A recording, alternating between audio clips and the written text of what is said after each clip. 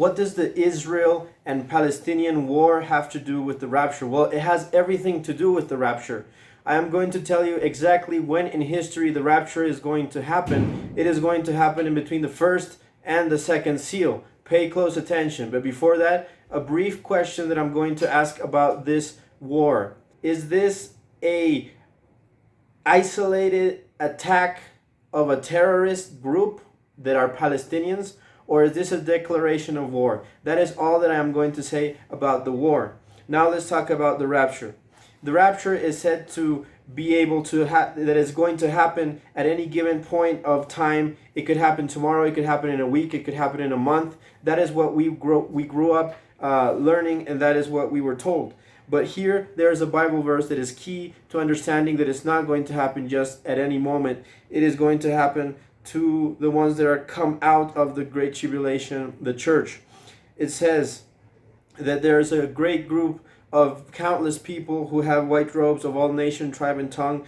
And I said unto him, Sir, thou knowest. And he said unto me, These are they which are come out of the great tribulation. Revelation chapter 7, verse 14. They are come out of the great tribulation. They don't come out 40 years before the tribulation. They don't come out after the tribulation. They come out of the tribulation. There are some Bible verses that might lead us to think that the rapture happens at the sixth seal or at Armageddon, because in Matthew 24, verse 31, Jesus talks about the rapture.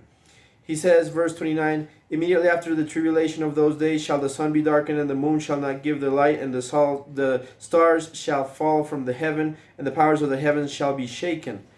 That's the sixth seal. And then he speaks out of order, and out of order he says the second coming, and he talks about the Armageddon, the sign of the Lord coming in the clouds of glory, as says Daniel chapter 7, verse 13. And then he talks about the rapture. So this is not a chronological order. We shouldn't take it for granted that the rapture is going to happen at that time. First, we have to understand what the first seal is all about. For that, we have to go to Revelation chapter 6, verse 1. And I saw when the Lamb opened one of the seals, and I heard, as if it were the noise of thunder, one of the four beasts saying, Come and see. And I saw, and behold, a white horse, and he that sat on him had a bow, and a crown was given unto him, and he went forth conquering and to conquer. This rider is the Antichrist. He was given a bow. We're going to talk about that in a moment. And we're going to talk about the people that he goes out to conquer. Please read Zechariah chapter 9 that talks about the first seal. Read Zechariah chapter 12 that talks about the second seal, Gog and Magog. So the nations that he takes out are basically listed there. The Palestinians are the ones that he is going to take out. The key verse to understand that this is the Antichrist is verse number 10. And he shall speak peace. Who is this he? The Antichrist shall speak peace unto the heathen, and his dominion shall be from sea even unto sea, and from river even unto the ends of the earth. And then another key verse is Zechariah chapter 9, verse 13. I have bent Judah for me. So Judah is bent as if he was the bow, and filled the bow with Ephraim. Now we have to understand that during the reign of King Rehoboam, the kingdom was split in two. We have Judah and Benjamin and the 10 tribes of Ephraim, the 10 lost tribes. Basically, all of Israel is going to be in the hand of the Antichrist, and the Antichrist is going to be led by God. God is going to be the one that is going to be causing Israel to have the victory by hand of the Antichrist. It says, and I have raised up thy sons, O Zion, against thy sons, O Greece. Now we have to understand that there was a Greek empire, and the Ptolemies were in Egypt, and the Seleucids were in the north, so the north and the south, and Israel was there in the middle. And in between that conflict, there was many attempts to shut down the Israelites, to shut down the temple, but that never happened. And until today, they are known as the Palestinians that remain until today. And I have made them as the sword of a mighty man. So now Israel is in the land. They have come from all the corners of the earth, from the dispersal. Now they have ashuv. They have returned, as they say in Hebrew, ashuv, into the land. They're in Galaad. They're in Lebanon. And they're all happy, but they're not protected. They don't have gates. They don't have walls. And now this king, this prince called Gog, comes up with the idea to strike them and to summon up all the nations from all the globe and to come up against them.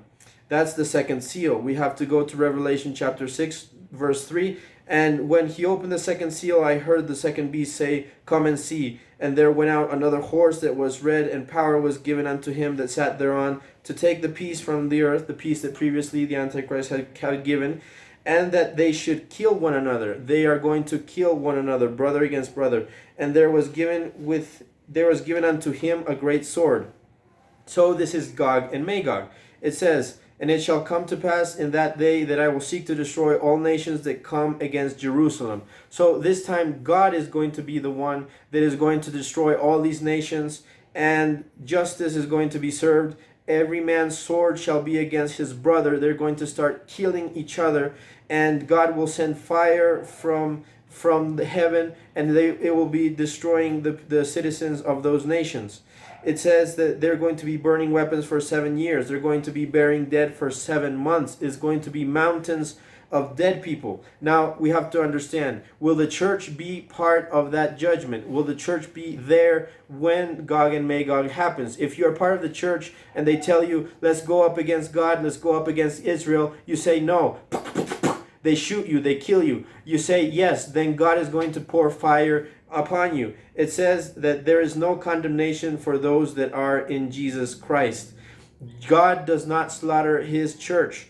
It says in Revelation chapter 12, verse 5, talking about the women, the woman is pregnant. She represents Israel. She also represents Mary, and she has a son. This son is Jesus. Jesus is the founder and the keystone of the movement called the church. She gave birth to a son, a male child who will rule all the nations with an iron scepter, and her child was snatched up, arpaso in Greek, raptured to God and to his throne. Where was he raptured? He was raptured when the dragon was trying to swallow him up. What Gog and Magog is all about, killing the church in a war.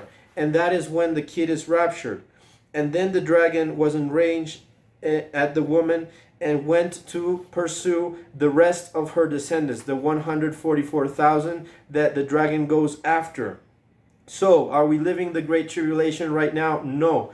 First, we have to understand that 10 prominent figures, 10 kings have to come up. Of those, three that the Antichrist is going to kill. The king of Assyria, the king of Egypt, and the king of Arabia Saudita, Saudi Arabia. He is going to kill the father of Gog, and the father or the king, and then the prince is left to fight that war. He is going to kill them in 1 month. Israel will be victorious over the Palestinians one day. And when that happens, we know that we have approximately 1 month here on this planet, and there we were going to be raptured in between the first seal and the second seal. So pay close attention to these verses. I don't say that I have absolute word on this. Take the Bible as the word, not my word as the word. And listen to what God has to say through these verses in between the first seal and the second seal. Thanks for watching. Please subscribe.